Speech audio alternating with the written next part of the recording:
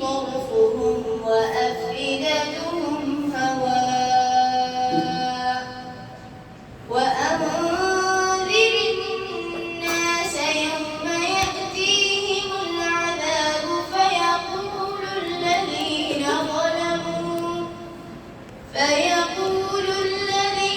ظلموا ربنا أخرنا إلى أجل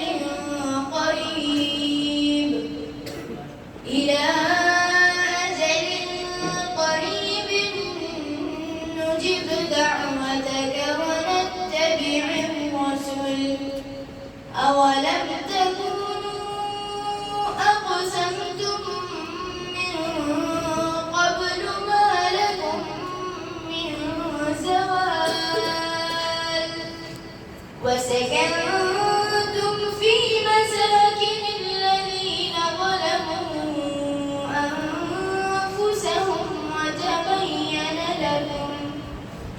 وتبين لكم كيف فعلنا بهم وضربنا لكم الأمثال وقد مكرهم وعند الله مكرهم وإن كان مكرهم لتزول منه الجبال